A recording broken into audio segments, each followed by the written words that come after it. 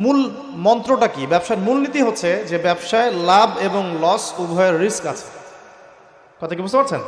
এক ভাই ব্যবসা করছেন, লাভও হতে পারে, লসও হতে পারে।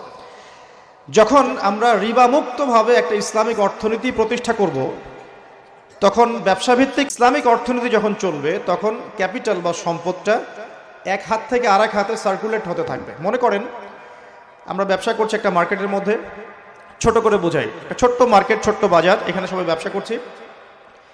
এই ব্যবসার মধ্যে কেউ লাভ করবে, কেউ লস করবে।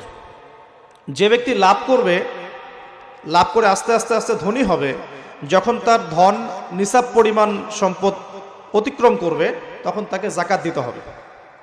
এতে করে সমাজের যে অংশের মানুষের হাতে সম্পদ নাই, সে অংশের মানুষের কাছে জাকাতের মধ্য দিয়ে সম্পদ যাবে, সম্পদ সার্কুলেট করবে সমাজ।